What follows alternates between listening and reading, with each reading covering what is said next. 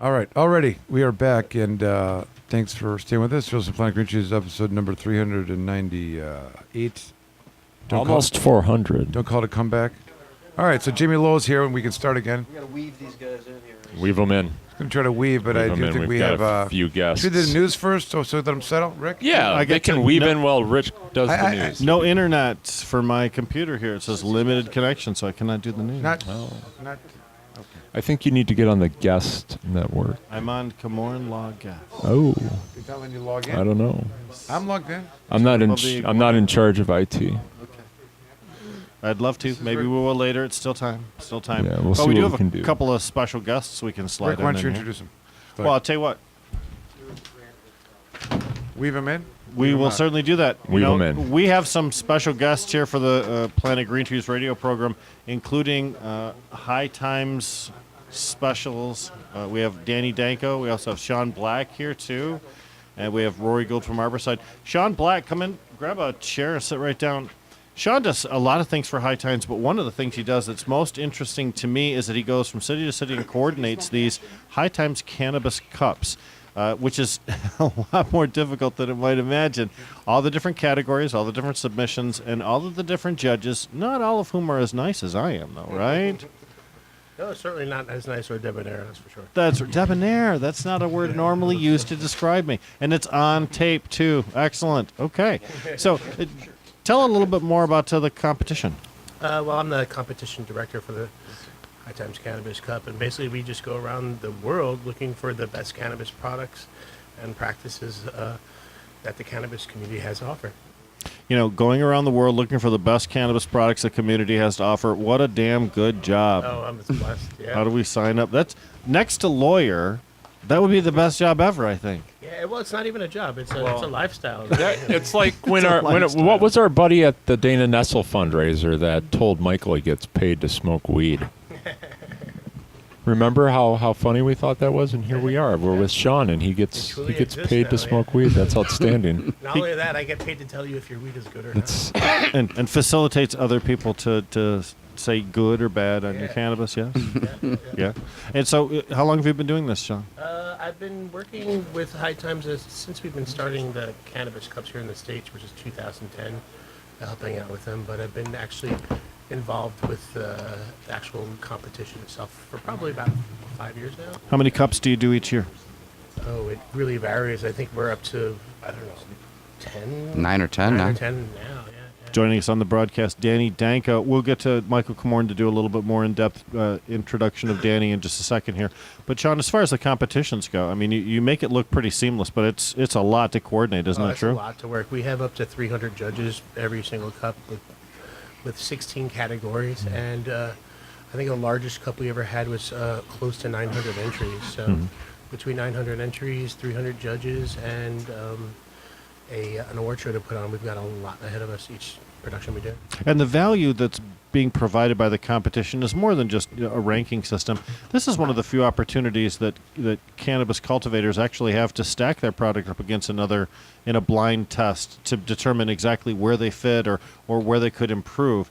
And each opportunity for judgeship offers an opportunity to give feedback to the grower. Yeah, it's great because not only is it an open competition that they can use to promote their businesses, but they can also, and quite often, use it as the opportunity to get blind testing, unbiased testing. So they get to understand where in the market their other products are in line with themselves, as well as just a good target audience that we kind of hand select. We don't have one type of person that judges the cup. If we're running 20 judges, we'll have someone from sort of every facet of the cannabis world, whether it's an older person who's not looking for something very high in THC, but something more complex in the flavor, to extract artists, to breeders, to growers, to just the average person who likes to smoke a lot of cannabis, but maybe not as interested in who the crafters are or strain names. So.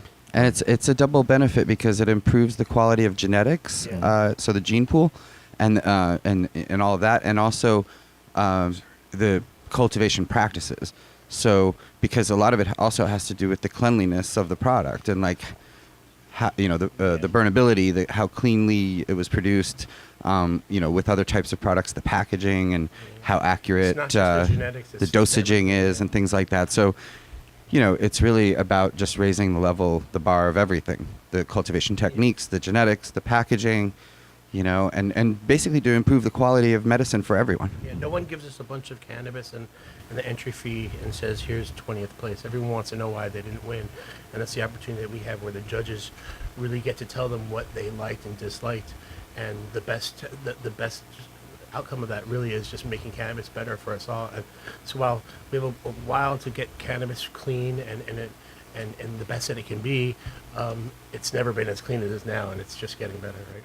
And let me jump in there. I mean, I like the idea of what you're talking about. These cups, the competition, breed excellent. It kind of, requires an evolution and people showing up with a better game and, winner take all kind of thing. That's what you're.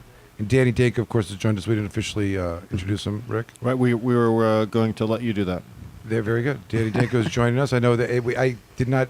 But I know you just recently produced a book, and that's one of the things that you're promoting. Yeah. And you, of course, are legendary with her at the High Times Cannabis Cup community on, I guess, all grounds. And I have to ask you to explain some of that in a minute. But I wanted to jump in this one point. As you were going through the plethora of things that make up the,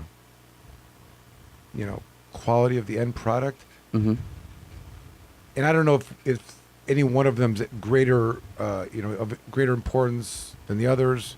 Maybe I'm sure there's a lot of disputes within those that are in the know, but putting that aside, what would you say are the things that people are doing now that are indicative of the, the winning combination? Like, is there some formula that you're seeing happen with the evolutionary things that, because I know we were talking about they're Right. learning for what they didn't do, but like, Mhm. what does it say? I mean, Maybe modern techniques that are giving the edge to certain growers. yeah, is just that it? something, Right. because Well, you guys are judging and you're mhm. seeing it like what is it that's kind of, and then when you look back and see like what was that formula that got them above, 1 versus 2, I don't know. I mean, maybe Mhm. maybe the factors, defined factors take you there, but what is the, what is that future? What is the, uniqueness of where we are right now about cannabis that's so special that people are really, honing in on?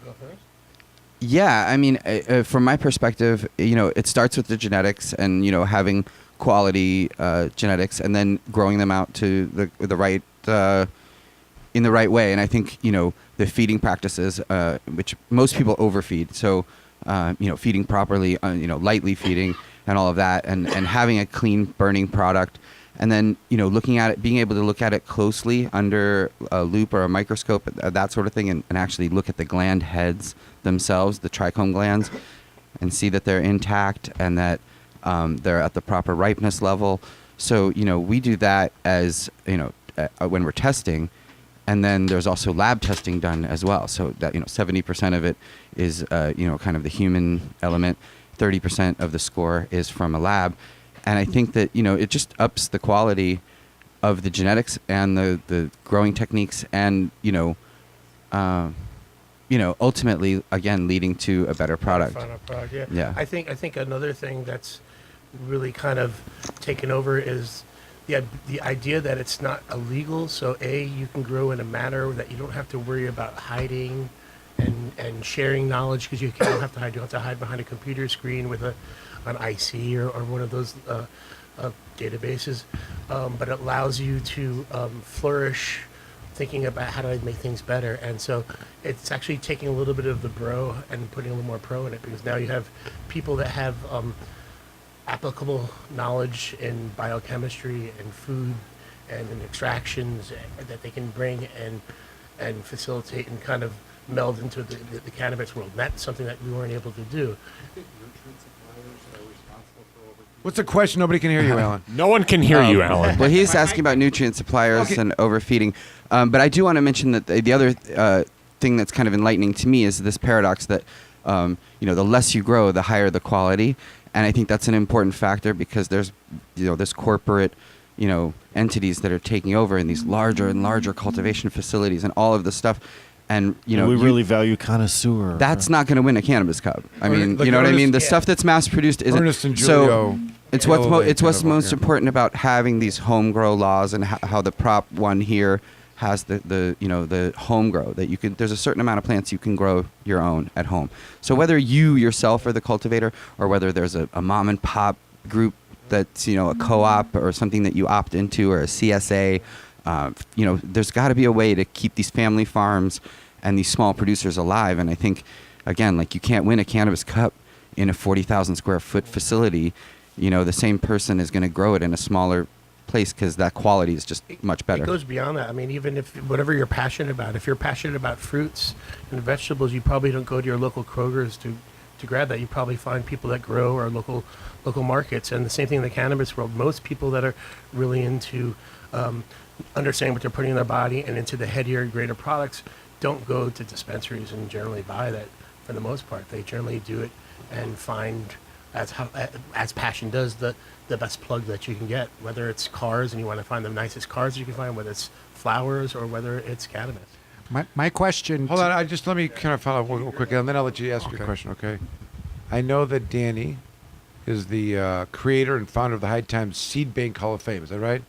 Yeah, I mean, it's a series of articles where we highlighted, the seed banks, the breeders that actually produce the genetics that are kind of the backbone of And of as I've been cannabis. listening to you, and I was just trying to figure out, and I'm sure everyone's got their own opinion about this, right? Because it's but you've gone back to the genetics over a lot of times. So, and I saw this is something that you're kind of so. Is that what your book's about? Is that? My first book is about strains, and this one is more of a beginner grow book. But for cultivation purposes, I do think that when we take that into our own hands, it's the way that we're going to basically, as a community, survive the sort of commercialization, corporate takeover of weed. Right. If we keep the means of production within our own hands. What makes for good genetics? I mean, because people's access to seeds are sometimes unknown, right? I mean, the kind of you don't know who you're really getting them from.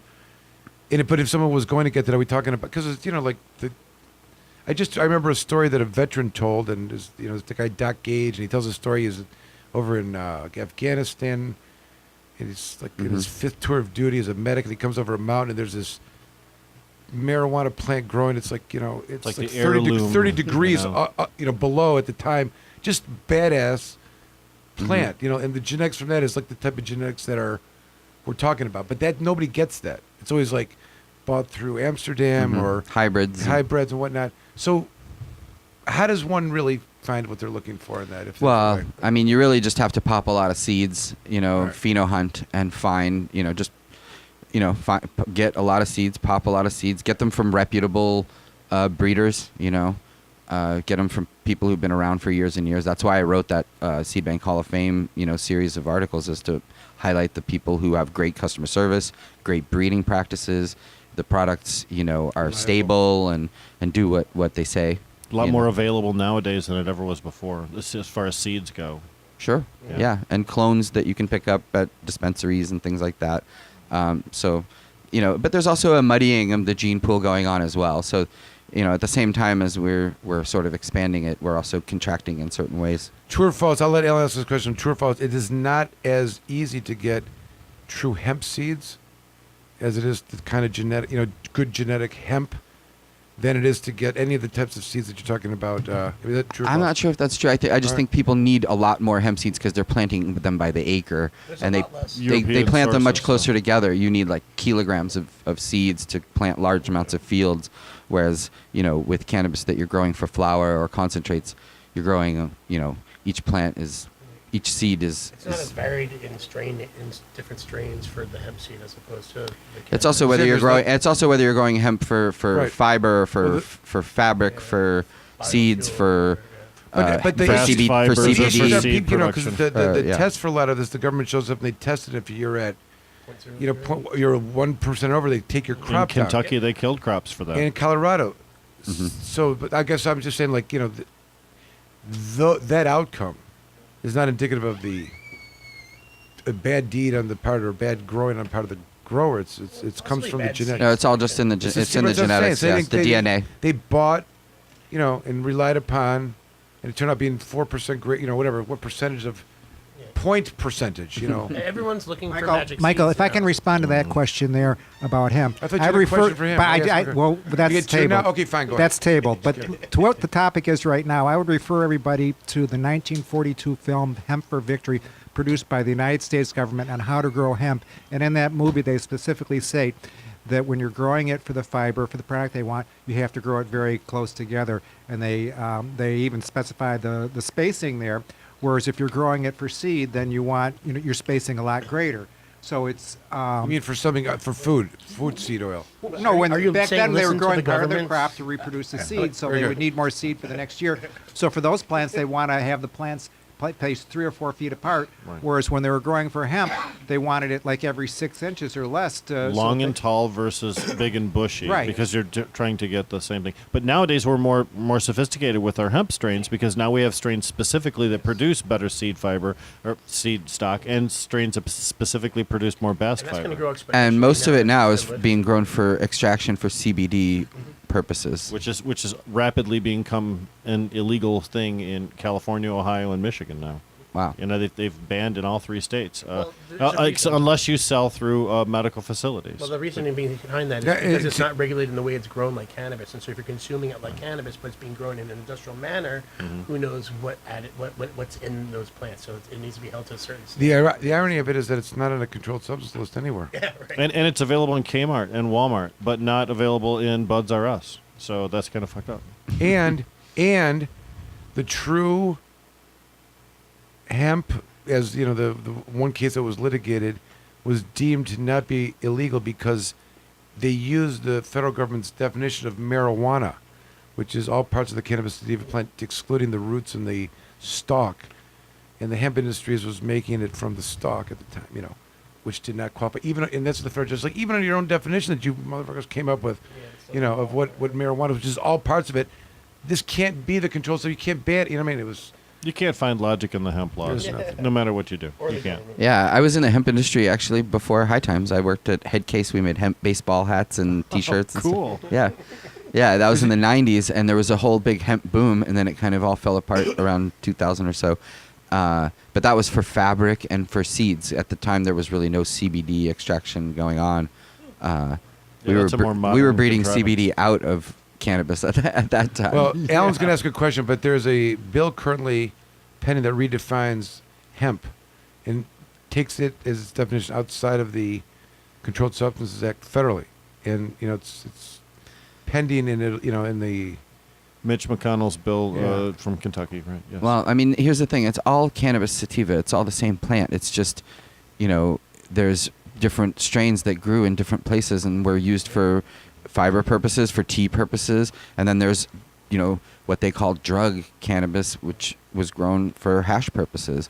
And so but it's the same plant, ultimately, It's just it's very similar like apples, like red delicious apples, green apples. Ones that are for baking, ones that are for juicing. But the scientific community should have taxonomically identified different strains by now, to the point where we can scientifically distinguish them, because we do have specific strains that exhibit unique features, which normally in any other species would have already been subdivided, and then we wouldn't be having this conversation anymore. But this is just another reflection of how the government has suppressed all of the scientific research on cannabis for 70, 80 years, so it hasn't been treated like others. Taxonomic nomenclature is very, very critical for this, because cannabis sativa is the one all-encompassing species name used, when it's really not applicable for most of the things that are being called that. I think that there's a lot more research on all those phenotypes. It's just I think the government's and GW Pharmaceuticals and all of that has been. They got there's a much more specific knowledge base that that's being shared. I'm saying the federal government has this information. They've studied. They produced these. The sprays in Europe, the Sativex, which is years ago. This new one that was on the shelves. They didn't get to the point unless they're able to identify the variations of the cannabinoids within the plant. And I just don't think for 1 second it's not part of the. Yeah, but you're just now talking about the medical aspect, and the problem with cannabis has always been that it's really kind of Jack's magic beans. It does so many things that it's too hard to believe. And so not only is it a medicine, not only is it a recreation drug, not only is it textiles and replaces plastic products and all paper products and biofuel and stuff, and that just creates an idea that it all the things that it does is too varied to really kind of decide at the beginning where you're going to place it all, because you just don't know the ripple effects that it's going to actually have. I know, but Rick's point was like there's been a suppression of research. I'm saying that that's true, but I don't doubt for 1 second the government's much more aware of it. You know, they say there's not a They have research patents on it, so they know. patents something. on it, and they've also licensed the production of it through some of these manufacturing companies, who I'm certain, you know, at some capacity were gathering data about some parts of these plants they're growing. You know what I mean? And you know I think the argument's always been like, you can draw. I think there's very like even with what we know, and there's different states and people that are probably more in tune with exactness of what the strain is and have the exact phenotype that they can, put formulas together and find markers. But there's enough of that information out there, right? Forget the name of the strain. Is if it's tested and it's producing, this amount of THC, this amount of CBD, CBG, whatever, whatever cannabinoids you're going to pick as and then somehow know that treats nausea or that, treats pain. And I think, I think even about pain is an example, which is the most, 27% of Michigan households sought treatment for chronic pain. It's a big problem. I'm talking, opioids. So it's a real thing. September used to be chronic pain month in Michigan. So you have that many number of people, and they're looking for these, and that's the number one certifying condition in Michigan for. But I would suggest that if you went to those doctors' charts and people were updating their doctor on the impact of cannabis, they're all going to say they got relief from their pain from whatever the fuck cannabis they were smoking, if it had THC in it. I mean, that's just a theory. But, the nuances beyond that, can probably be identified too. There's certain strains that probably, nausea that have affected people with, their blood levels and different markers for like hepatitis C. Pediatric patients, Pediatric patients, are very, and very strain all specific. the Often. aspects of the immune system, some of the things that how it fights. So there are things that are there, and that's what I'm saying. I think that the government's probably into that, and I think that even within ourselves, there's doctors that are probably keeping up and have some. Part of the problem is, you said it earlier when we were outside, is that there's people that just don't see eye to eye on what the facts of what even the doctors are saying. You showed us a post that said drinking alcohol and smoking cannabis increases the problem you have with cannabis, when that's not true at all. So when you have two sides that just don't see, one's not a rational side, one's using, science. Yeah, exactly. And just to be clear, that was It's not called my Lysenkoism. statement. I took a picture of it on the outside of a courthouse. Which was more shocking. The fact that that was it was insane. Right. It's actually, there's a name for using science. It's called Lysenkoism. It's a Russian thing. It actually goes back to cannabis. This guy, that's Michurin and Vavilov, who were geneticists back in like the 30s and 40s in Russia. And Lysenko was Stalin's guy from the farm that came in, and he said, we could be growing pineapples in the Arctic Circle if we didn't have this bourgeois Mendelian genetics. And people got killed. It's this whole very, very tragic story. But Lysenkoism is when you use science as a political, you use false science for a political goal. Sure. And it's actually named for this dude. And the other guy that he got killed was the guy who named cannabis indica and afghanica and stuff. Oh, really? Yeah. Vavilov. He traveled through Afghanistan and Iran, and he determined the difference actually that we're talking about between hemp cannabis, ruderalis, and drug cannabis, afghanica, like the stuff that was actually being grown and made into hashish. But we're talking, for thousands of years. When you're having doctors, And he did that. This is in like the 30s. Yeah, when you're having law 1930s. enforcement people and doctors and congressmen and politicians. No, that's more history testifying stuff. that- But it's just interesting that Lysenkoism is a Associated term with that associated with that. in cannabis.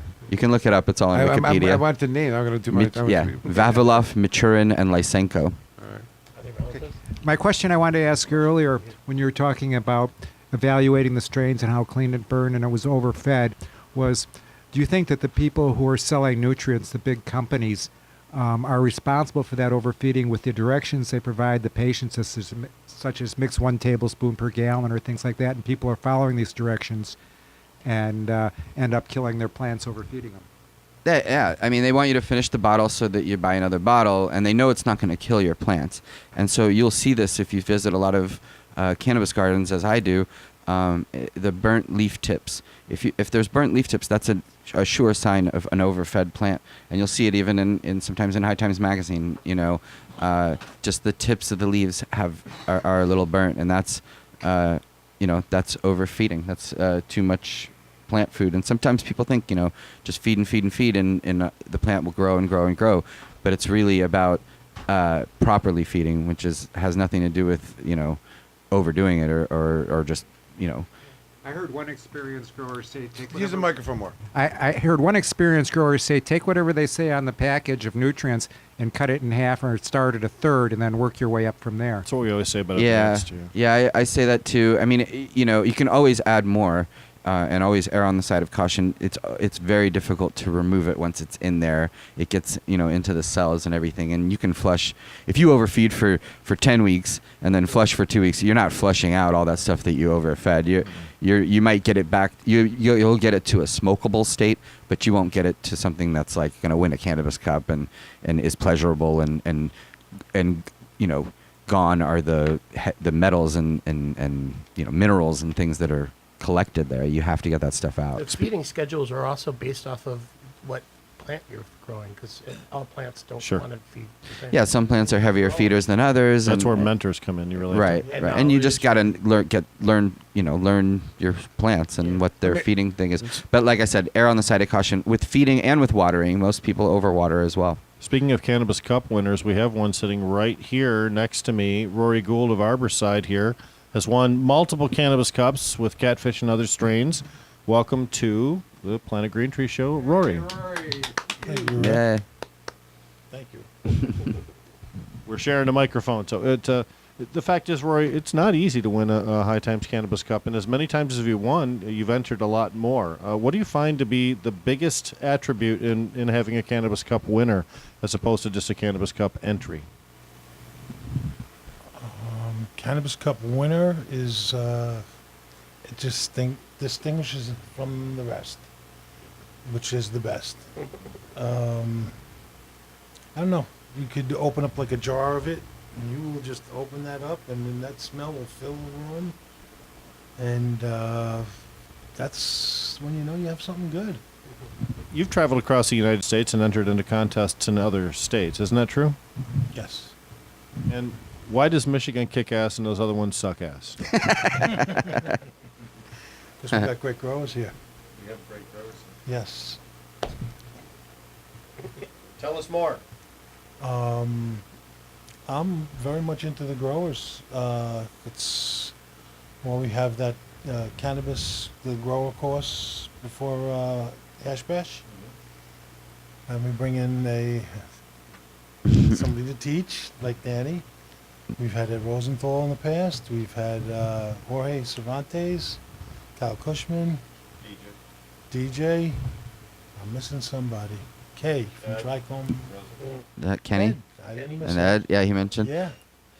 Yeah, well, there's such a long history of cannabis activism here, going back to John Sinclair and Ann Arbor being the first, I think, place to really have a decrim down to like a $5 fine, and that was the 70s. And that's a major step, I think. Whenever you watch a documentary of like crazy history of cannabis and how they're just laying down the ugly, what's going on in all these states, and then there's this, this little flag that pops up in Ann Arbor, like they just said, like the only place in the world that had any sanity, right? You know what I mean? Like when you're watching any documentary, it's like Ann Arbor, things are normal over here, but they're locking people up. It's just I've met people from the UP that have been growing as long as people in Northern California have.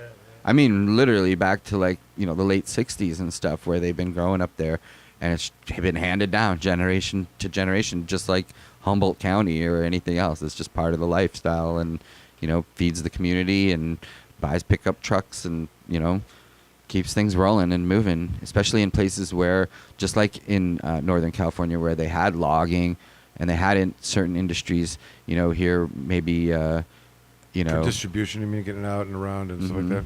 Right, There's and great they had farmers. to replace industries that are being decimated by different things that happen, and cannabis is one of those industries that's This is an interesting angle. I'm curious, like the it's recession proof. well, that's what I'm saying. is an area of the history that needs and should be, as long as we're here and we're praising the, those that have had their neck in the line, those that have been producing cannabis, for all those that others that need to smoke it, and all the risk involved, and keeping it alive and whatnot. I'm curious the history of Michigan. Is it true? Like there's some places in like that just like that. I didn't know that. I mean, like in how Well, yeah, like that. That was just people that I met from Upper Peninsula and up in the north, where it's just farming communities where multiple generation farmers. My thing, which is where like in college, I'd heard of a strain called Monkey Paw, and then I met the man called Monkey Paw, and it was his strain, right? And I mean that to me was like a big circle of the whole thing, but. Jamie, what do you know about? That's such a cannabis story, where you smoke a strain and then you meet. In Spain, my friend Bean tells the story where, they're like, they found out when they couldn't believe that Jack Herer was a man. Right. Because they had known the strain and they're like, oh, he must have been an amazing man to have the strain named out. Right. Like, yeah. he was, yeah. Alan met him. Alan's got a story of hanging out with Jack Herrera. I actually have. I spent some time with him myself. When I was at Headcase, even before High Times, I had a booth in Amsterdam at the Cannabis Cup. I worked a booth in like '97 or '98, and the next booth was Jack selling his book. So, and I was 25, 26 years old. Danny the Hempster. That's who I was. I was, very gung ho on hemp and weed and growing and all that stuff. Still like pretty deep in the underground, but still going to Cannabis Cup and selling hemp hats. And he just the whole time, all he did was just try to get me to take mushrooms.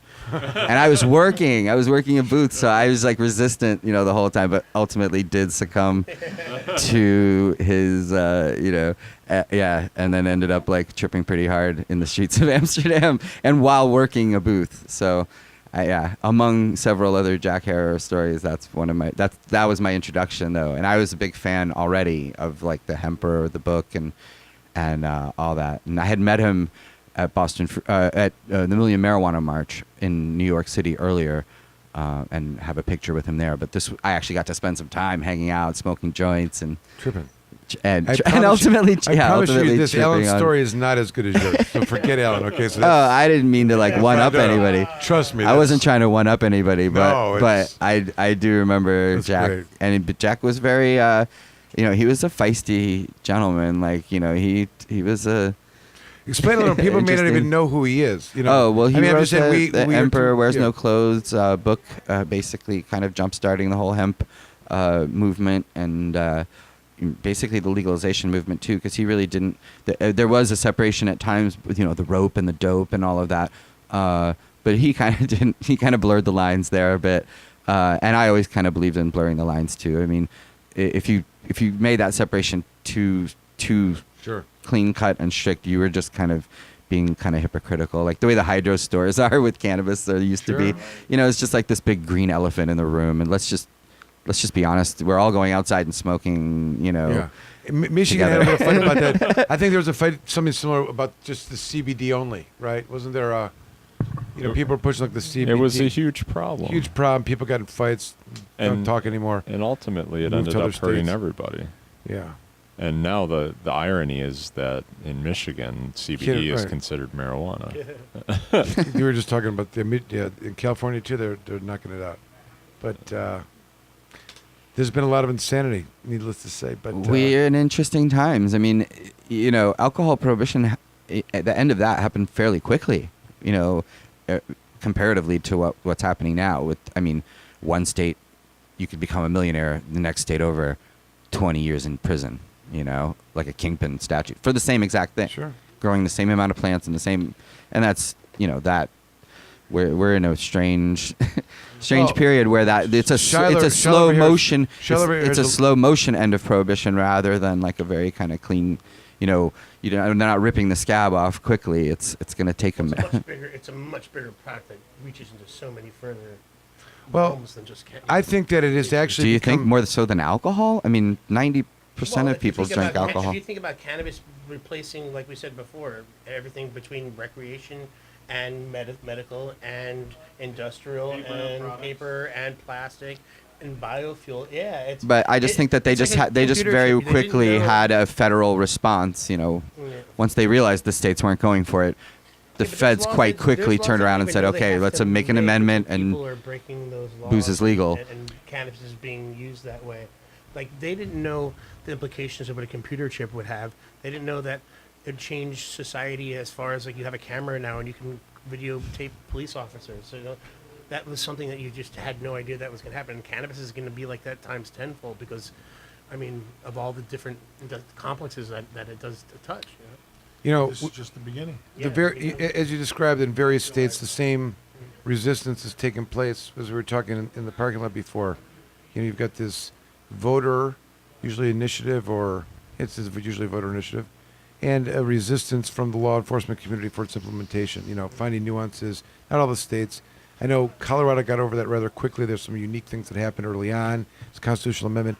Michigan, I think, you know, at the very minimum, you know, those that, you know, are you know, just traditionally against cannabis would say it's a poorly written law, even though 3.3 million people voted for it. And those that are in favor would say like it was not properly implemented and the law enforcement community just totally blocked and recognized. But with that being said, in knowing that there's this change in national thought on it, certainly medical at 75, 80%, and legalization at nationally.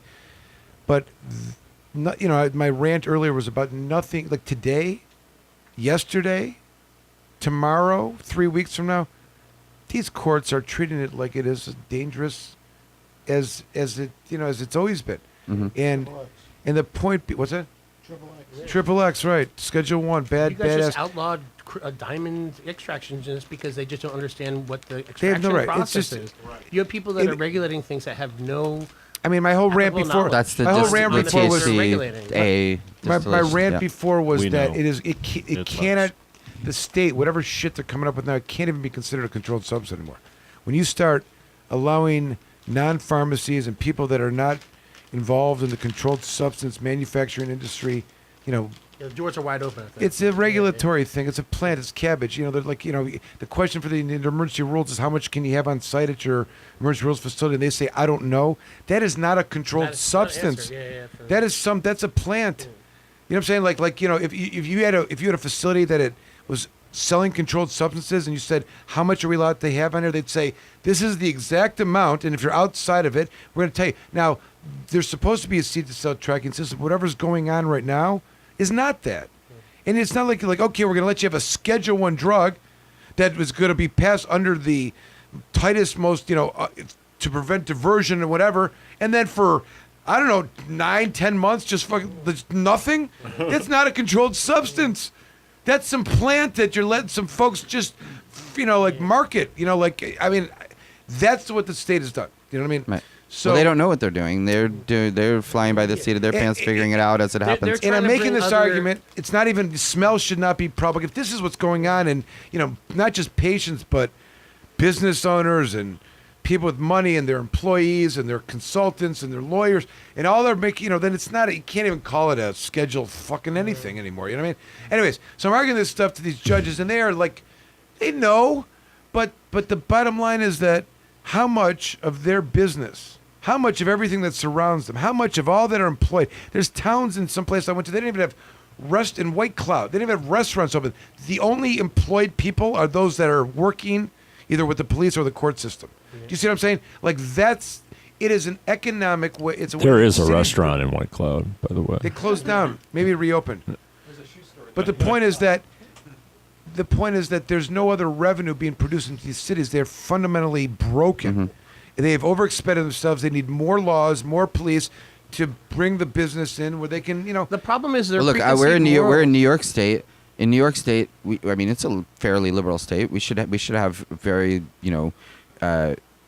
reasonable cannabis laws. We have a medical law that's not very good, but it's all because there's these towns upstate that revolve around a prison.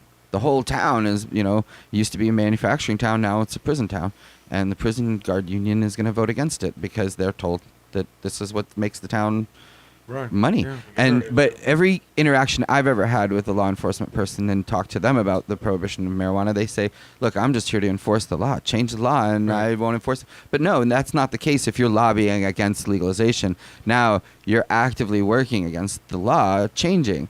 So you're not just enforcing the law. Now you're actively working Policymakers. against it Right. because it benefits you to either put your hand in our pocket to see what's in our pocket or whatever, for whatever reason. It's fueling revenue on that side. I say take those prisons and turn them into grow buildings, put the same people to work growing cannabis for the burgeoning industry. They used to do that. I mean, the Michigan prison system at one point was self-sufficient. Like they grew their own crop. Part of the prison that raise their own food and there was Vegetables and stuff. Yeah, there was no. I mean, but yes, that's not more humane than but- A part of the problem. Well, they're worried about part of the losing their reason why you're having jobs, so but many- I'm saying what I'm saying. let's replace their jobs with cultivation type jobs. 40% of these dockets, you walk in any court across the state of Michigan, 40% of the lab is spent. Their budget is spent on testing marijuana. 40%. Yeah. You're talking about a significant reduction. Like every single testing facility, which is, the $1 billion business. You got probation officers.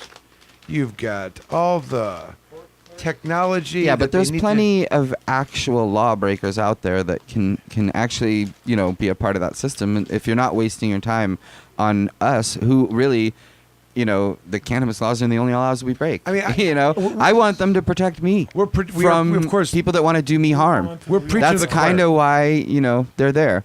Is to protect me from people who want to do us harm, who are actually out there, who will still need places to be put for rehabilitation. So your system continues, but it just replaces nonviolent offenders with people who actually might need some kind of rehabilitation.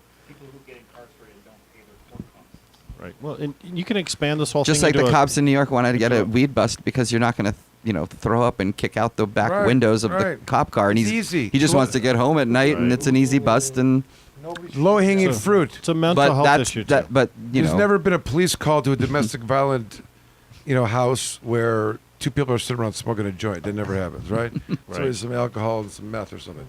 Part of the problem, though, I think we have with these insane laws and regulating in manners that aren't really rational, is that we have to remember that we have to talk and maybe think a little bit about the way that cannabis is recreational. It's also medical. We really haven't had anything that we consider a true medicine and also recreate with. And some people have like a moral problem in their mind that they haven't really kind of rectified in saying, well, there's it nothing must wrong be with one that. or the other, right? Yeah, there's nothing wrong with that. And the truth is that there is nothing wrong with that.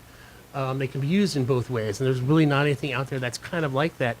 And it's a relatively new concept for modern society to be able to do that. And points to, like, you see a lot of other drugs kind of being used in other manners of just being recreational now. You see the ketamine centers using What it is to treat- what is the difference between recreational and yeah, I mean, like, I don't even know. a prescription. Dennis Dennis Perone. Don't get me wrong. Dennis Perone said all use is medical because people sometimes are medicating themselves and don't know it. Like we're all stressed out. Stress is the biggest killer, and if cannabis helps ease your stress, is that medical? Yeah, If but it helps you there's sleep, certainly is that some- medical? there's certainly someone I don't. different You than know? someone Since using it. 1973. It's been it's been a medicine for far longer Yeah.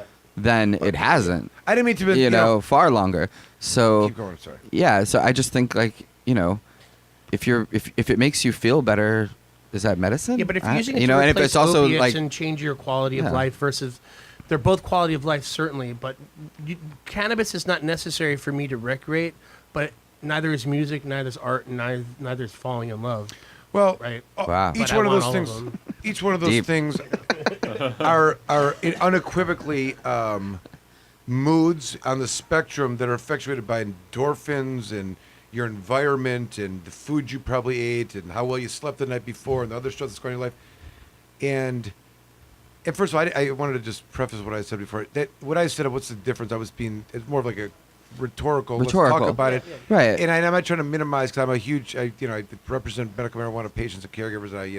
And all the time. it's obviously working. I mean, I hear Of from course, of people course. every day. Of course, and I'm saying like, I guess I'm adopting the Dennis Perone's, But that Maybe all idea use is that is medical, even yeah. recreational use It's it medical. ultimately is You're not medical. doing it to hurt yourself. And as you don't wake up harmed. And Dr. Lester Grinspoon also talks Yes. about it just as an Love him. an enhancement. It's an enhancement.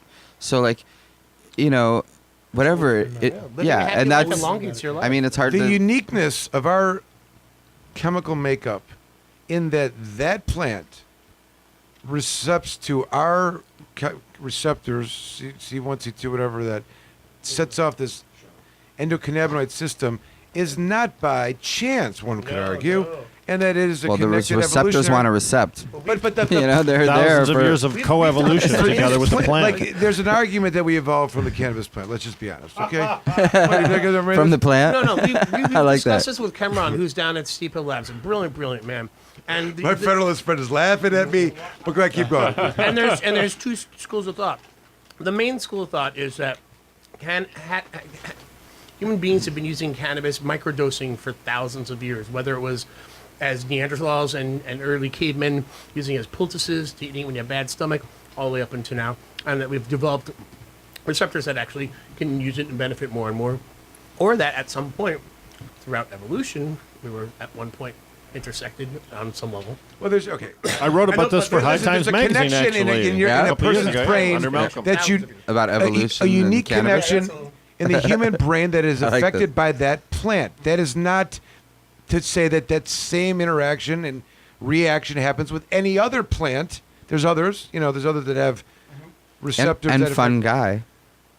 Fungus, Yes, funguses. of course, sure. Yeah. That's true, and they may be in control of the world. By the way, That's It may also have played major roles in evolution. Cannabinoids sure. are There's also an argument about that they dictate the the environment, the if there's a meadow and they need deer to come in and eat, they will make a meadow, right? And Sure. And just grow, or if they need a forest to get that yes, there's Mycelia and plants are having conversations we know nothing about. Like Sure. fungus and plants and stuff. It sounds crazy, but like now Chemical interactions, we really... after auxins and chemical reactions and messages that are being sent from roots to plants and from fungus to plants and stuff. That stuff's real. It's really happening. that's also part of what helped us. all right. Back to what's the difference between recreational and medical? So that that's the harmony of the environment. We no don't really one's using understand. cannabis to hurt themselves, and if they don't like it, they're not going to use it, right?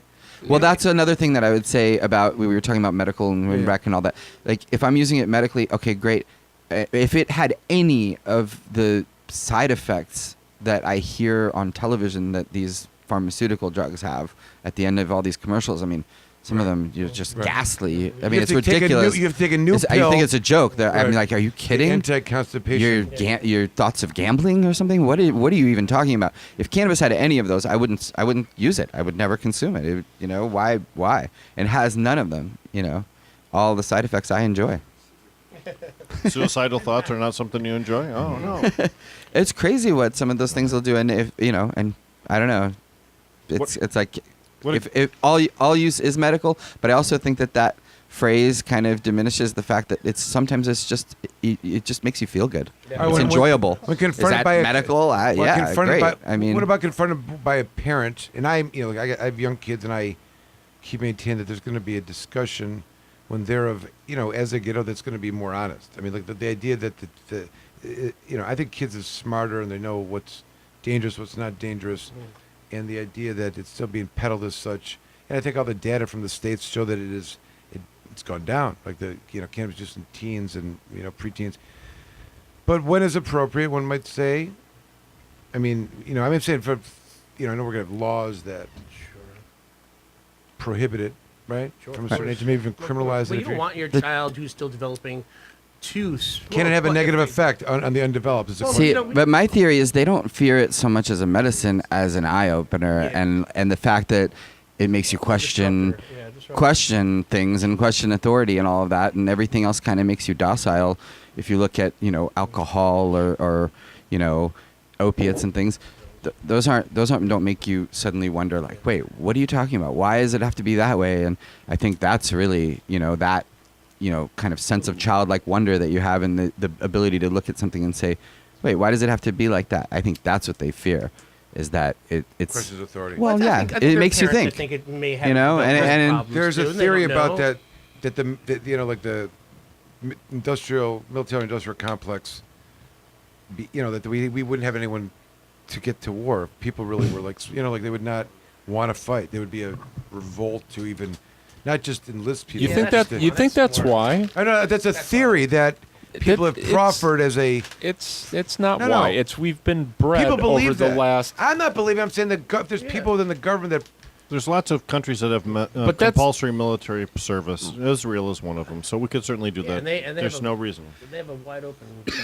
Yep. I mean, so cannabis They and use military cannabis. service are I- not mutually I'm not. exclusive. I'm not suggesting this. I'm saying that I believe that there's been a Well, listen, if you that's propaganda that's been perpetuated. But I'm not. I'm sorry. I'm not only talking about military service. I'm just talking about questioning everything. Sure. I mean, like Yeah. just Oh, or yeah. just, Yeah.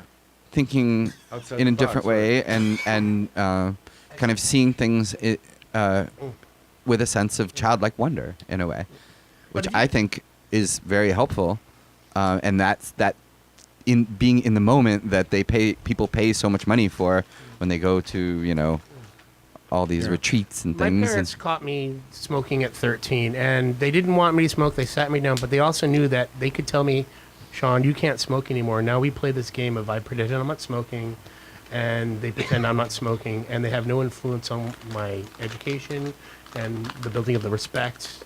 And so their decision was to say, we don't want you doing it, but if you're going to do it, you're doing it here at home. Here's a safe place, and this is what it's about, and and they taught me. And some people may find that abhorrent, but on the other hand, and some teachers told me cannabis would never get me anywhere, but now I'm the director of competition for High Times. I'm sitting here in front of you, and it's helped me save many lives, including my own parents, and the very teacher that actually threw me out of one of my schools called me a year and a half ago for help with his cancer with cannabis, and it came full Wow. circle. Yeah.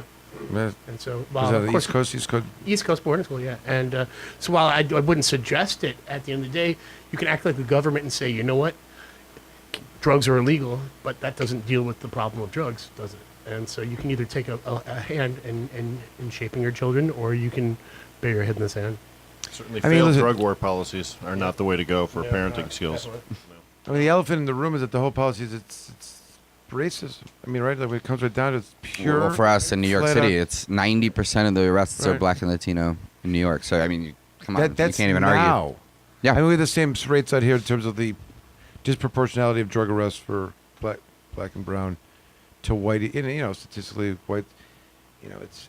But I'm saying the prohibitions of it grew out of a Right. racist policy. Both the reefer madness in the 30s and the fear mongering. But even Nixon, the greatest lie The ever anti-hippie stuff. told. Every anti. It was a really easy way to go He up wanted to against. lock up his political opponents. The Schaefer report said, hey, you don't want to criminalize this. You want to put it on the schedule. It'd be like locking up single-parent mothers. Haldeman recently admitted it. Actually, yeah. Yes.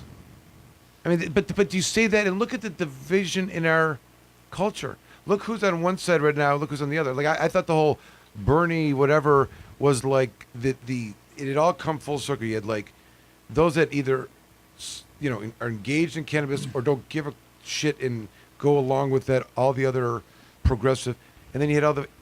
I want to go back to the 50s. I'm going to say racist, blah blah blah, and make America great again shit. And I really don't get political myself. But I don't. Yeah, but what do you say to those one policy voters that if Trump said let's legalize cannabis, I know. that would, I mean, I keep saying like I think he's going to like stumble Yeah. at how much money? Yeah. Am I about to get impeached? and that's Okay, a pull the problem. ripcord. Yeah, exactly. And Nah. that's not. Now do you love me? yeah. Who It's loves a- me now? it's All a these valid- people showed up at my But It's a valid concern. indictment. Right. At my arraignment, But there were so many ultimately- people. but there. ultimately- no president's ever had more people at their Right. arraignment than I have. That's really funny about it. But really, cannabis is kind of cannabis is not really a partisan issue, though. I mean, there's people on. I know. There's people from all sides that consume cannabis and that want it legalized. There's people from all sides. That's like the lobbying. They all take libertarians, money from lobbying Republicans, from other Democrats. institutions. Isn't the question though like, what does legalization really mean? Even If they're going to racists. make you buy some marijuana at some store, is that legalization to you?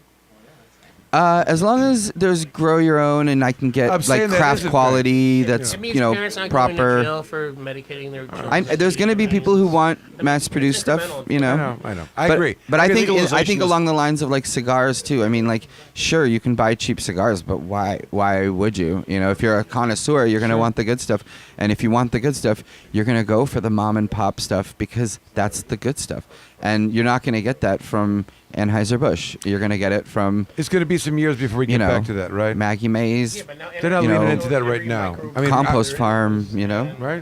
I'm hoping. I'm hoping. I mean, ultimately, I mean, that's Michigan- one of the goals of this book too, is like to get people growing. Please, because then talk more about your book. I hate to like throw. No, it's Oh, good. great I was- segue there for the plug Perfect. for the book. But like, I mean, the book. it's called Cannabis: A Beginner's Guide to Growing Marijuana, and it really is an entry-level book for people. There's already plenty of wonderful, like textbook-style grow books out there. Jorge Cervantes, Ed Rosenthal, Greg Green, all of those are like really great, but those are for like the intermediate to expert growers because you really have to sit down and it's a lot to learn. This, you know, is really meant for the beginner who just wants to understand all the different processes, getting themselves from seed to harvest, and also, you know, to produce, you know, concentrates or edibles or tinctures and stuff like that. But it's for just a basement grow or an outdoor grow or both. for anyone. I mean, it's really meant for someone who just wants to get a tent and grow their legal 12 plants. You know, you got Prop 1 coming up here November 6th. There's a 12 plants you can grow. There's also, I don't believe there's a limit on the size of those plants. And one of the beautiful things, is there a limit on the size of the plants? Nope. So one of the beautiful things is you decide how big the plant can be, basically by photo period, by how long you keep it in a vegetative stage. So you can grow bigger plants. Is that You the- just is that the need a trick? bigger container. Well, the more root, more fruit, right? So you got to give, if you're going to grow a bigger plant, you got to give that plant a larger footprint, Is that the so lighting? more space Wattage? and more, you know, soil. If you're using soil, whatever it is, you got to give those roots room to expand because they're going to be producing a bigger plant. But you can put one plant under, you know, 1,000-watt light and keep it in its vegging stage for you know, a month or two and really get a nice big yield from a single plant. So a plant limit, you know, if you're living in the era that we're living in right now, where there's plant limits, that limits the amount of plants, but doesn't limit the size that those plants are. So Do you ever double the lighting on maximizing, it? you know, I'm saying, is there any sense in putting more light? You know, it's like 1,000 watts per plant. Plant can only absorb so many lumens, right? right. But what I'm saying During a is, period of you can time. have 12 Right. plants under one grow light, or you can have 12 plants under 12 grow lights. I mean, the amount of space isn't your limitation; it's the amount of plants. So the size of those plants is basically however you want it to be. You can keep a plant in its vegetative stage until it's 3 or 4 feet, and then start the flowering stage, or you can start it much sooner and have much smaller plants. But when you're limited in the amount of plants, you grow bigger plants. 2,000 watts on a plant sounds scary, and you expect there to be a vast period of vegging. Right. For It's no a longer reason vegging bigger. time and a larger container for the roots, basically, is if you're going to go bigger, you know, you just need to create Isn't that. what You is have it- to have the space for it. The industrial places are going to do that. The for book sure, is right? the book is written for someone who know. doesn't have a huge budget. They want to get a grow tent or a grow box, or convert a closet or a room in their house, spare bedroom or whatever they might have, into a space that they can produce their own cannabis. Perfect. The benefit of that is, you know the genetics of the cannabis. You know whether pesticides were used on it. You know the whether it's exactly what you need for your particular, you know, symptoms of your ailment or Sure. your enjoyment purposes for whatever reason. And you can grow it over and over again, and you can improve on it, and you can really dial in Where exactly can people what you get want. that book if they were? Well, it's on Amazon. Okay. And it's in bookstores, and yeah, and I'm doing book signings here What I got to do at to the get Cannabis that copy Cup. I'll be signed by you. And I'll hand be it at to the me. What do I Cannabis gotta do? Cup all weekend. I'll sign a copy for you here. Yeah, I'm selling them, and they're on Amazon. Get some cash It's called Cannabis: A Beginner's Guide to Growing Marijuana by Danny Danko, and like I said, it's for entry level people that just want to grow a few plants. But the beauty of that is, you know, it's cheap ultimately because. How much is it? Oh, the book itself is $15, but I mean, when you're producing your own cannabis, it's pennies to Yeah. the dollar for what you'd be paying if you were buying it in a store. Well, that people aren't aware, but growing and cultivating your own cannabis is therapeutic in itself. Just the process of tending it and creating something from nothing. Yeah, and then- creating your own medicine. It's modern day alchemy, really. I mean, alchemy. Teach a man to fish. It's a starter book, right? Yeah, it's starter. So it's really meant to basically for people that are dipping their toe into growing and For just sure. want to gain an understanding. Farmers. Because you're not going to learn everything from this book, but you're going to learn a little bit of everything, and it'll get you from seed to harvest. But ultimately, you learn from the larger textbooks, and really what you learn from is trial and error and just growing over and over. And you're never an expert. And expanding from there. You always got to be The learning principles new are stuff. the principles are. in I'm still place. I'm still learning stuff. I'm geeking out lately just on soil science and living soil and all that. A little bit of what we talked about mycelial activity and the interaction between the mycelia and the roots, and how they have this kind of mutual relationship and benefit each other. The extra sugars that are given off by the plant and minerals are done in exchange. So there's it's just amazing what's going on underground, and you can replicate that when you're growing cannabis and have, really a living soil. And I think ultimately, you just get a cleaner, burning, amazing product from that. There's always new stuff to learn is Yeah. the point that I'm, Right. trying to slowly get Right. to. You asked us earlier what some of the difference are and how great the cannabis are, and one of the things are that people are able to now control all the variables of they're growing from soil all the way to oil themselves. So they're making their own soils, they're growing their own cannabis, and then they're extracting it themselves. And you really find that the people that are winning lots of cannabis cups, they're either a family of people that have strong bonds, or they're able to control all those variables, or really close-knit people have bonds. And those are the people that come back. Like Rory has a couple of people that he works with that continually bring him product, right? And it's hard to keep relationships up between two entities Sure. like that. And so, Well, legalization is coming. Corporate cannabis is coming. Monsanto is coming. All these things are happening. So the only way to sort of, for us, and they need us more than we need them. We don't really need them, right? And the means of production and all of that, we have that, and the quality and all that. We have all that. We don't really need them. We don't need their money, and we don't really need their products. But they're coming. And they're here, actually, to be honest. And that's okay. They have. I don't know if that's okay, but what I'm saying is, hey, this is America. They have a right to be a part of this new burgeoning industry. We have an option of, okay, I'm not going to buy my cannabis from Marlboro or Monsanto. That's just not what I choose to do. So Right. you might, and if that's what you'd like to do, go for it. But I'm not doing that. And no one I know basically is going to do that. And part of owning that is retaining the right to produce our own cannabis flowers, and from that concentrates, and from that topicals and tinctures and edibles and all that. I don't just want to take a sublingual tablet, or wear a patch. I like to smoke joints. I like to do a dab. There's certain things that aren't going to go away, and one of those things is the flower and the concentrates and the quality of all that. And I think the dilemma and the thing that we face, this big question, cannabis is going to be legal. We're basically discussing the minutia, but inevitably it's all going to happen.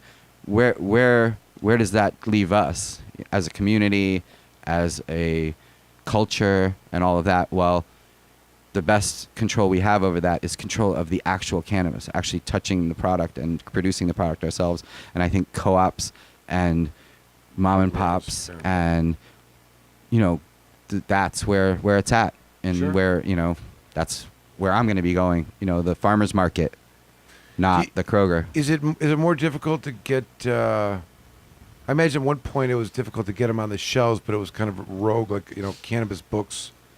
And did you have difficult? Hey, I can't advertise it on Facebook. Yeah, I tried to boost it. They were advertising to me hey, please pay put $20 your- to boost it. I said, you know what? I'll throw $20 and just see what happens.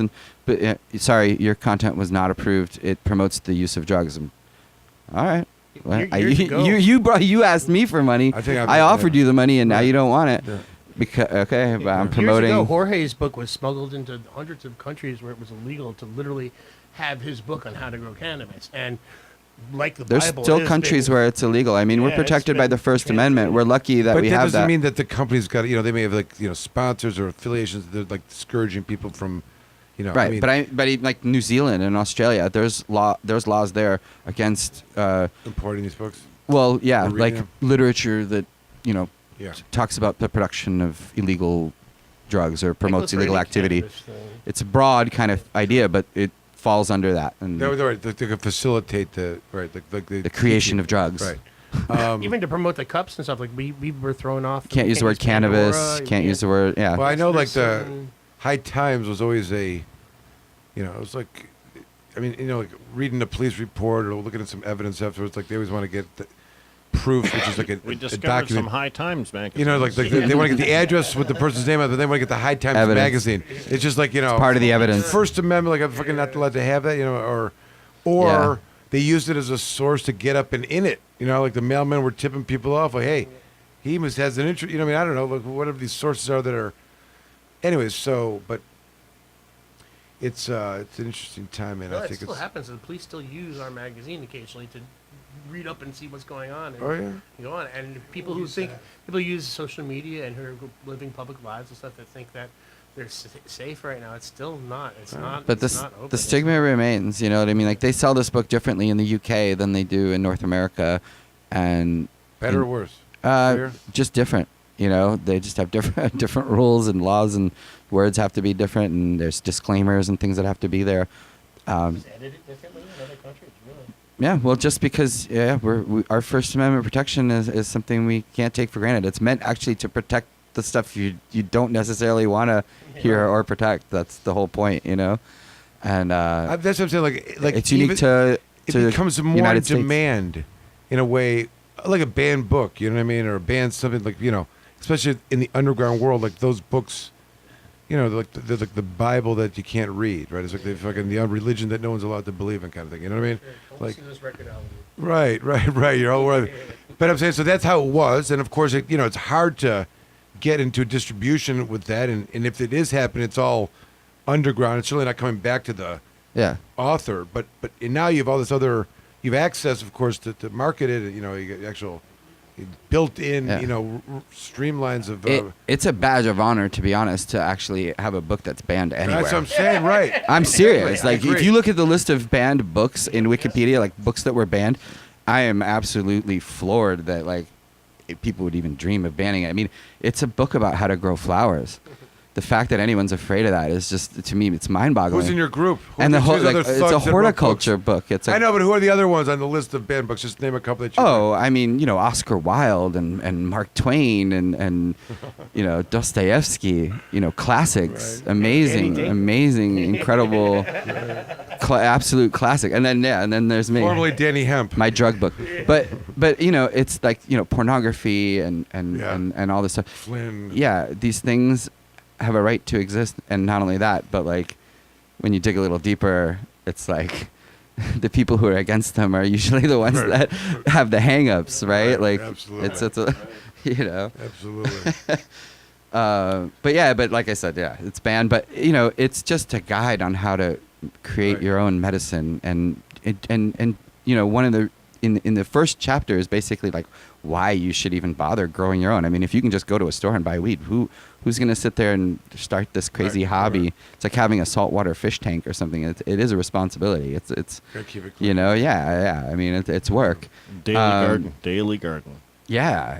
It's a commitment, but it's so much fun, And so it's this fun activity where you're creating your own medicine and growing flowers, but it's banned and they're afraid of it. Right. Like governments hate it, and I don't know. I get it. I kind of almost get a kick out of that in a weird way. Like it's fun, kind of funny when you look at it that way. Who's the guy? And I'm sure you know him from the book tours that you all probably go on to. But he wrote that book. It's just a plant. It's like a kid's book. Oh yeah, Ricardo Cortez. Right. So like It's a great It was book. a great. I mean, that's what I was saying.